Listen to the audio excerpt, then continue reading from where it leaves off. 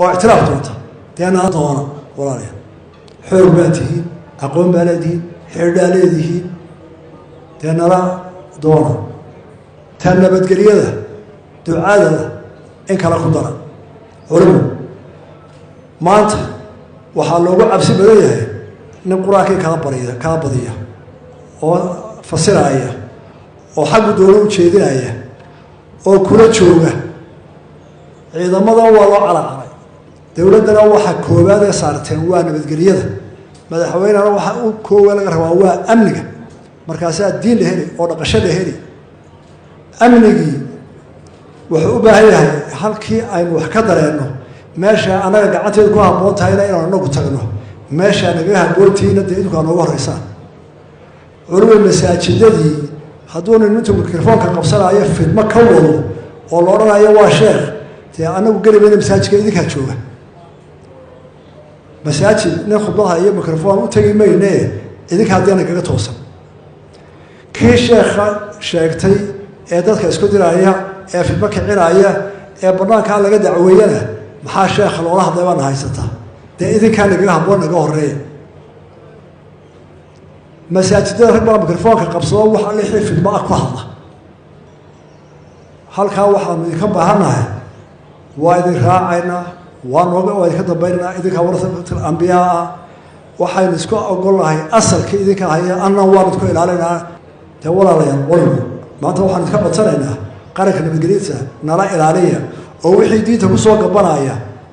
nooga horeeyaan ku daba galeen ilaa idinkoo jooga anagu u baxsan meena nin diin akhriye sheekh tafsiir wada masaajid ku tigmeeyay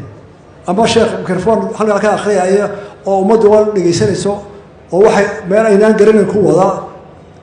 sheekh baa ku wanaagsan korta inta loo raashay maxay dawladdu u sheegaysaa culimada taana waa codsi oo waajib taana waa idinka dambeynayna idinka aanu idin daba joogna saddex waxaan isla ogolahay in isku nimid qaranimada Soomaaliland dawladdu waxa qabato qaranimada ha sugto dawlad adag oo dalka hore u marisa oo diinta dhista ha samayso oo ictiraaf doonta deena la doona walaalayaal xurmaatihi aqoon baladi xirdaaleedihi deena la doona culimadu distoorka oo dhan qodob quray ka soo qaada saddex qodob baa jiro isku miisaana saddexda qodob distoorku waxay leeyihiin saddexda qodob afti shacbi baa lagu bedeli karaa labada gole ma bedeli karaa ka diinta kamida asalka kaasi wacan baa u haysa waxa ku dartaa ka qaranimada Soomaaliland qaranimada Soomaaliland in la dhaqaajiyo in la dooro oo la hubiyo mooyaane afti dad mooyee labada gole ma fargali karo qof kale ka baad kare waa la fulinayaa baa distoorka ugu taalo oo ka diinta la raaciyo Soomaaliland qaranimada dood bay u baahan tahay in adduunka loo sheegay inuu dadka ku tashaday oo sharciga tahay oo ka diinta la garab dhigay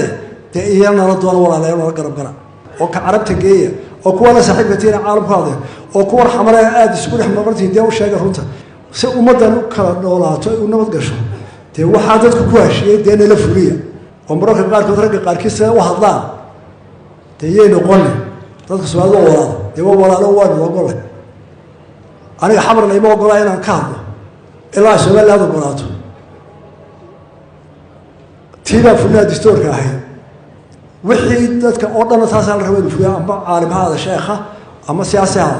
kii taada firaana waa khayl wadan oo ummadiisu waxay ku heshiisay buu diiday oo wuxuu la mid yahay nin diiday qodobkii diinta ee sheegtay waa tay nabada ku joognaa waa tay ku dhisanahay taa in distoorkii lagu heshiiyay wada raacno oo inaan qof qodobka isaga anfaca aanu ka qaadanin labada qodob soo jeeday waa iska codsanayna wixii aad waana keentaan waan ka ogolahay waa idin ixtiraamayna waa idin ka dambeynaa waa asalkii baa idinku haysaa cid idin ilaalisa qodobka ugu dambeeya dadka waxa ka waanaysaa sidii la sheegay halkan ninkii gooriyay ka hadlay waxa soo baxay technology nin waliba hadlaayo dadka culimada ah ama mas'uuliyiinta kale ee intuu fagaar iska taago qofka soo jeeda wuxuu dooro ku oranaya aan diintu banayn aan distoorku banayn aan shariicadu banaynin deewaanada iyo wax maqalka idinka hadalku inuu guriyada ka hadlo si aan dadku isku dhacin culimada waa mahadnaqaynaa waa u hoggaansanaa diinta islaamka inaan ku dhaqaano oo ku dhimanana qof walba koow xilka ay saareen waa diinta ilaali distoorka ilaali diinta ilaali baa ka horeysa waana xilli saaran oo ilaahay igala xisaabtamayo oo aakhira iga sii horeysa maaha mid bini aadmiga adduunka iga sugaayo taana ilaahay hay waafajiya anigu waa ku dadaalanaya intay la shaqaysaaba dee walaalayaal idinna nala hawlgalo qaranka nagala ilaaliya aad iyo aad waa mahadsantihiin